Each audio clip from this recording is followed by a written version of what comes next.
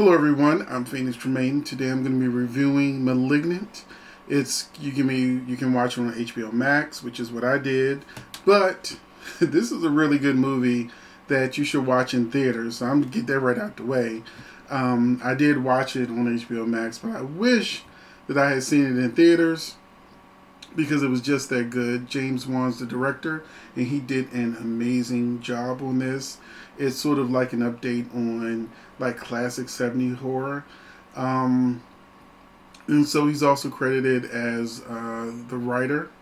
One of the writers, James Wan, created the story. Akila Cooper did the screenplay, and Ingrid Bisu also contributed to the story. And it stars Annabelle Wallace, who plays the title character Madison Mitchell, Maddie Hassan, who plays her sister Sydney Lake, George Young, who plays Kiko Shaw, he's one of the police detectives, and his partner, Nicola Brianna White, plays Regina Moss. She's the police detective's partner. And so, basically what happens is this is this is grisly, it's bloody, it's brutal, it's everything that a horror fan could want. This killer, I kept saying the whole movie, I ain't gonna get in a way, but I was saying, I want to see this killer again. This needs to at least have a trilogy. So, that's how good this is. I said, this killer can sit up there with Freddy Krueger and Michael Myers and Jason Voorhees and be in good company. Because this MF don't play. This. I'm like, well, it's just a trail of bodies, and I'm not going to really give the plot away because this is something you should probably not know what's going to happen going in, as you can discover it as it's unfolding.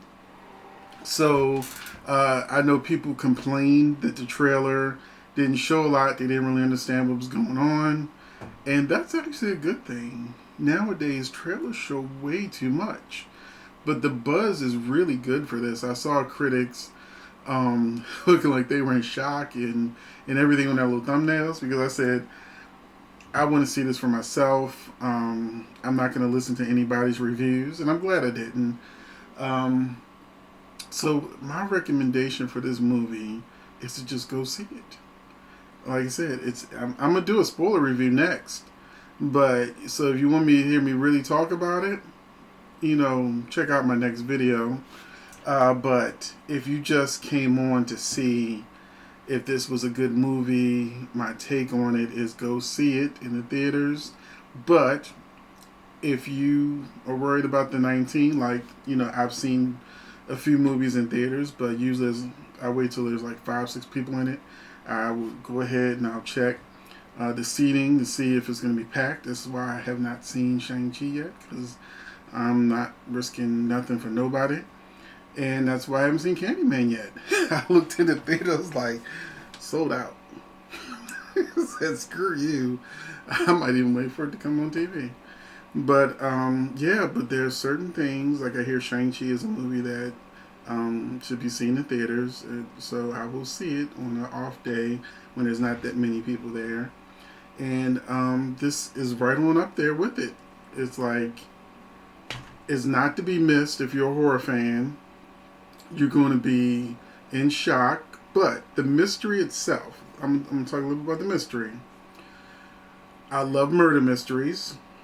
Ever since I was a kid, I was just like a voracious reader of, horror novels, murder mystery, but not necessarily horror novels, but murder mystery novels, and ghost stories, haunted house, things like that. And this really took it there, sort of like a by the numbers.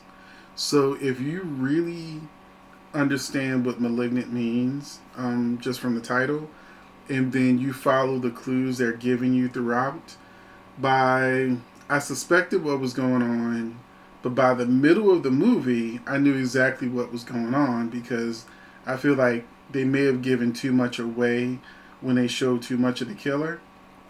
Because after that middle point of the movie, I was like, okay, so now I'm just sitting there waiting for the reveal. Sitting there waiting for the reveal. And then of course, you know, we got the reveal at the end, and that's why it reminds me of 70s sort of horror when there's sort of a monster and they reveal it, and you know there's a connection to someone in a storyline, and you go, oh, okay, you know, that's it. There's gonna be a lot of people that are shocked, but if you really follow that first hour, watching all of the details and not, there's like a couple of I would call red herrings. A red herring is when they show you something to distract you, to make you not think that this other thing is like the killer.